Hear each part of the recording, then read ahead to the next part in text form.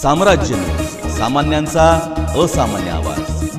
जिल्ह्यात मागील काही दिवसांपासून अतिवृष्टी, सततचा पाऊस तसेच उजनी धरण 100% भरल्याने वीर धरणातून भीमा व सीना नदीपात्रात मोठ्या प्रमाणावर पाणी सोडावे लागले।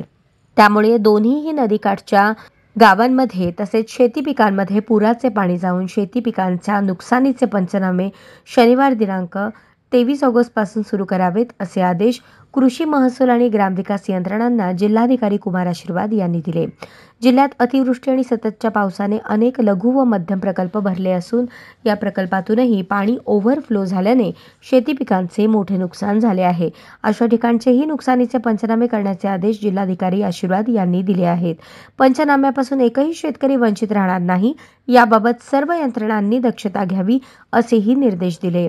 जिल्हाधिकारी आशीर्वाद यांनी रात्री कृषी विभागाच्या जिल्हा, तालुका आणि ग्रामस्तरीय यंत्रणेची तसेच तहसीलदार, प्रांताधिकारी यांची दूरदृश्य प्रणालीद्वारे अतिवृष्टी पुराच्या पाण्यामुळे झालेल्या शेती पिकांच्या नुकसानीचे पंचनामे करण्याच्या अनुषंगाने आढावा बैठक घेऊन त्यात सर्व संबंधित अधिकाऱ्यांनी त्वरित पंचनामे करावेत असे आदेश त्यांनी दिले आहेत।